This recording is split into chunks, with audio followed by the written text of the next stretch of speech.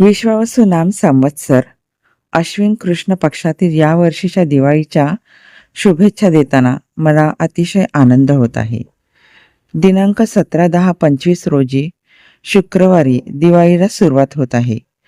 या दिवशी रमा एकादशी तिथी सकाळी 11-13 पर्यंत असून गाय गोऱ्ह्याची द्वादशी अर्थात दिवाळीचा पहिला दिवस आहे. गाय गोऱ्ह्याची द्वादशी दिनांक 17-10-25 शुक्रवार. या दिवशी काय करावे याविषयी जुन्या ग्रंथांद्वारे सांगितले जाते की पूर्वी शहरात गोरक्षण संस्था होत्या. त्या आता गोसंगोपन केंद्राच्या स्वरूपात सर्वत्र वाढत आहेत. आपल्या तान्ह्या बाळाला तसेच 5 वर्षापर्यंतच्या लहान मुलामुलीला तेथे न्यावे. गाई वासराच्या सानिध्यात 1 तास घालवावा.